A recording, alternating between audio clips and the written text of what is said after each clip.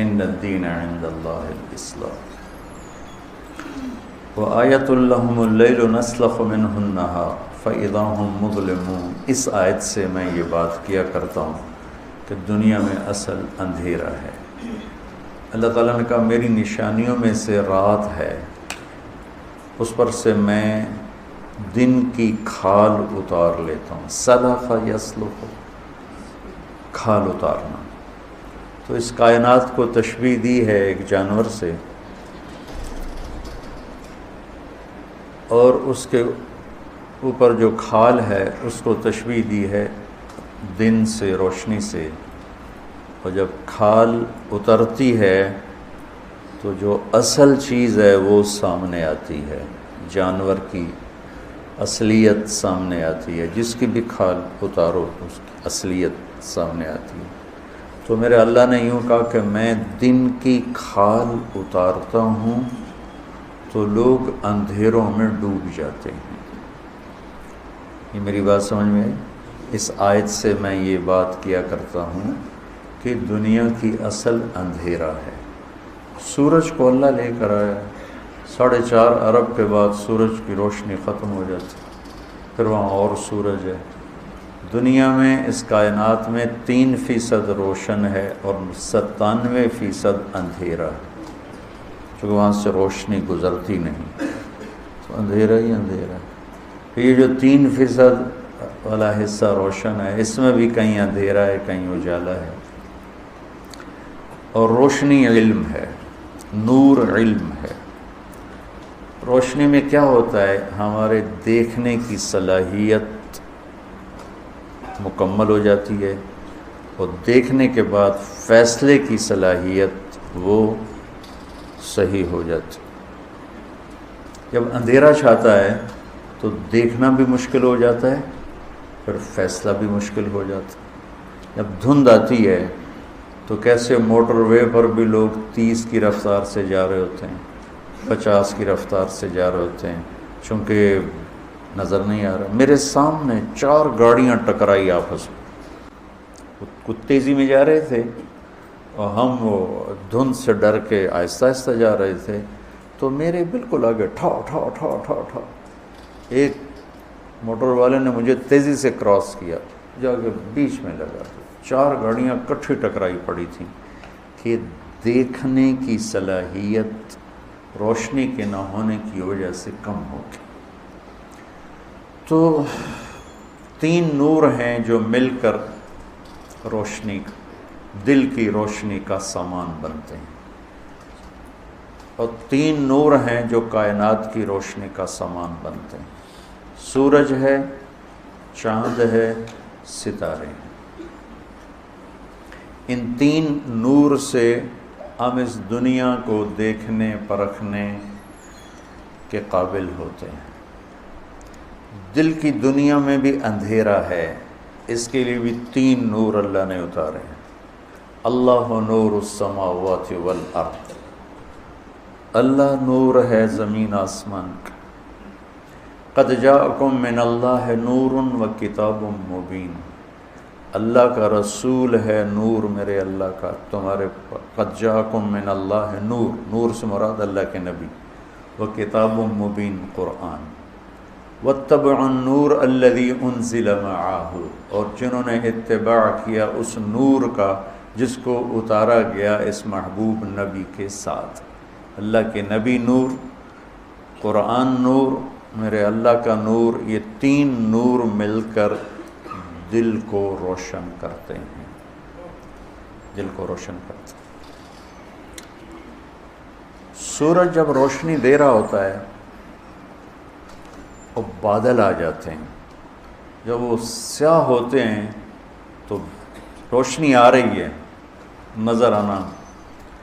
آپ تو کبھی یہاں بھی کبھی ایسا ہو جاتا ہے، سردیوں میں جب گہرے سیاہ بادل ہوں تو اندھیرا چھا جاتا ہے، لگتا ہے جیسے رات ہو گئی ہے۔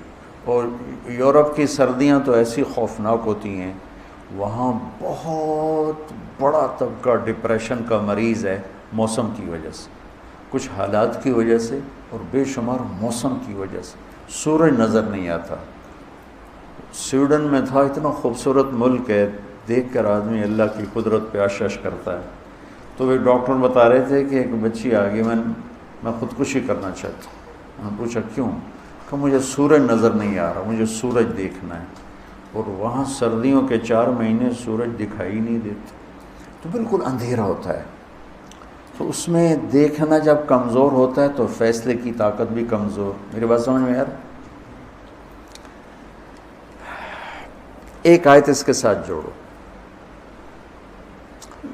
اللہ نور السماوات والارض مثل نورہ کمشکاۃ فیہا مصباح المصباح فی زجاجہ الزجاجۃ کأنہا کوکب دری یوقد من شجرۃ مبارکۃ زیتونہ لا شرقیہ ولا غربیہ یکاد زیتہا یضیء ولو لم تمسسہ نار نور علی نور یہدی اللہ لنورہ من یشاء وکذلک یضرب اللہ الامثال للناس. اللہ تعالیٰ نے ایک خوبصورت مثال تھی. اس آیت کو آیت النور کہا جاتا ہے. سورہ نور اسی کے نام پر نور کہلاتی ہے 18ویں پارے میں. کہ اللہ تعالیٰ نے فرمایا کہ اللہ اپنے نور کی مثال دیتا ہے. یہ نور کہاں جمع ہوتا ہے، کس چیز سے چمکتا ہے، یہ بات کر کے پھر میں اگلی بات.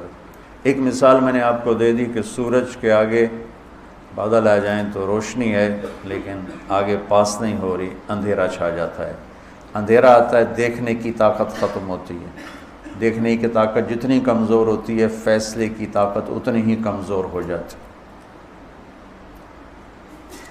تو اللہ تعالیٰ نے فرمایا مثل نورہ کمشکاۃ فیہا مصباح، کہ اب تو وہ زمانہ نہیں رہا جب بجلی نہیں ہوتی تھی تو دیواروں میں ایک ایسے کھڈا سا ہوتا تھا، اس میں چراغ رکھا جاتا تھا.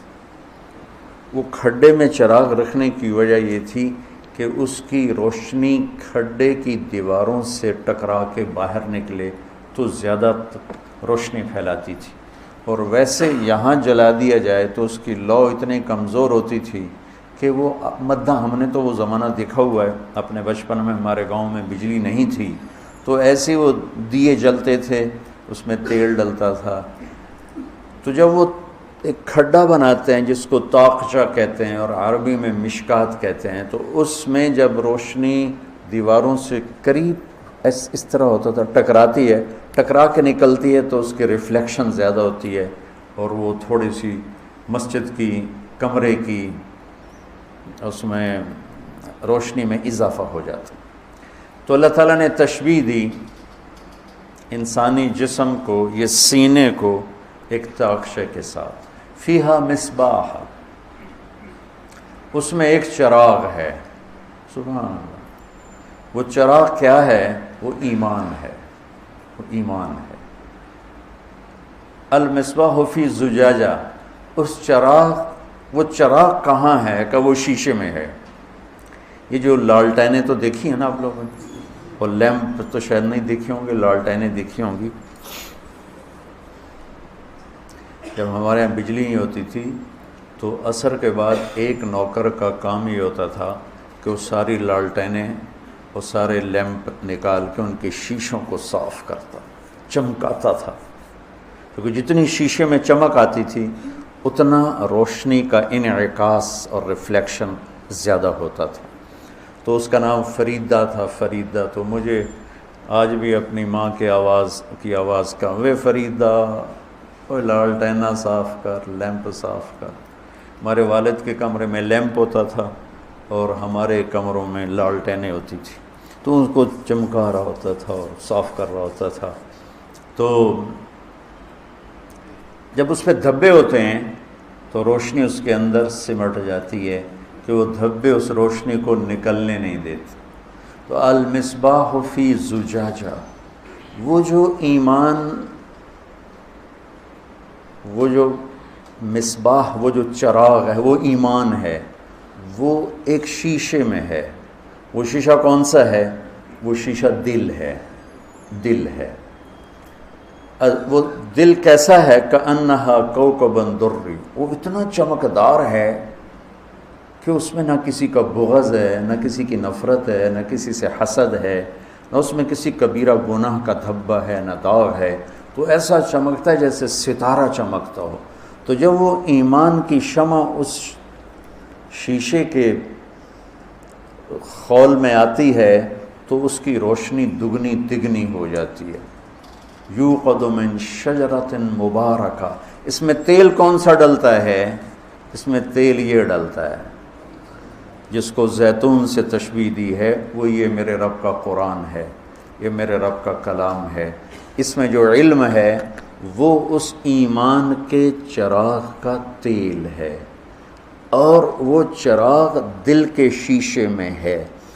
دل کے شیشے پہ داغ دھبے ہوں گے، روشنی بند، لہٰذا عالم ہو کے بھی اندھا ہوگا اور جاہل ہو کے بھی اندھا ہوگا۔ علم کے باوجود زندگی نہیں بدلتی کہ دل پہ داغ ہیں۔ اور بتا دوں، سب سے بڑا داغ، سب سے زیادہ جو بادل جو سورج کو روکتا ہے وہ کالا بادل ہے۔ کالا بادل آتے ہیں، ہلکے پھلکے بھی ہوتے ہیں، سفید بھی ہوتے ہیں، کوئی تھوڑے سے سرمئی ہوتے ہیں، لیکن جو کالا بادل ہوتا ہے وہ بالکل سورج کی روشنی کو بند کر دیتا ہے۔ دل کے داغ میں سب سے بڑا دھبا، سب سے بڑا دھبا وہ لوگوں سے نفرت اور بغض ہے۔ اس سے بڑا دھبا اور کوئی نہیں ہے۔ جب یہ لوگوں کے بارے میں منفی سوچے گا، نفرت کرے گا، بغض رکھے گا، اپنے آپ کو سپیریئر سمجھے گا، بڑا سمجھے گا، تو اس کے دل کے اوپر اتنے گہرے بادل آئیں گے کہ علم کی شمع کی شعائیں باہر نہیں جا سکیں گی، اندر ہی دفن ہو گے۔ جیسے آپ لیمپ کے شیشے پر کالا پینٹ کر دو تو پھر اس کا جلنا نہ جلنا برابر ہو جاتا۔ تو دل پر کلا بران علی قلوبہم ما کانوا یکسبون، رین، داغ، ان کے دلوں پہ داغ لگ گئے جو کچھ یہ کرتے تھے۔ تو بڑے گناہوں کے بھی داغ لگتے ہیں، لیکن میرے عزیزو سب سے خوفناک دھبا اور داغ وہ ہے انسانیت سے نفرت، چاہے وہ فرقہ واریت کی بنیاد پر ہو، مذہب کی بنیاد پر ہو، قومیت کی بنیاد پر ہو، کسی جھگڑے کی بنیاد پر ہو، کسی اختلاف کی بنیاد پر ہو۔ اسلام نفرت کی گنجائش نہیں دیتا۔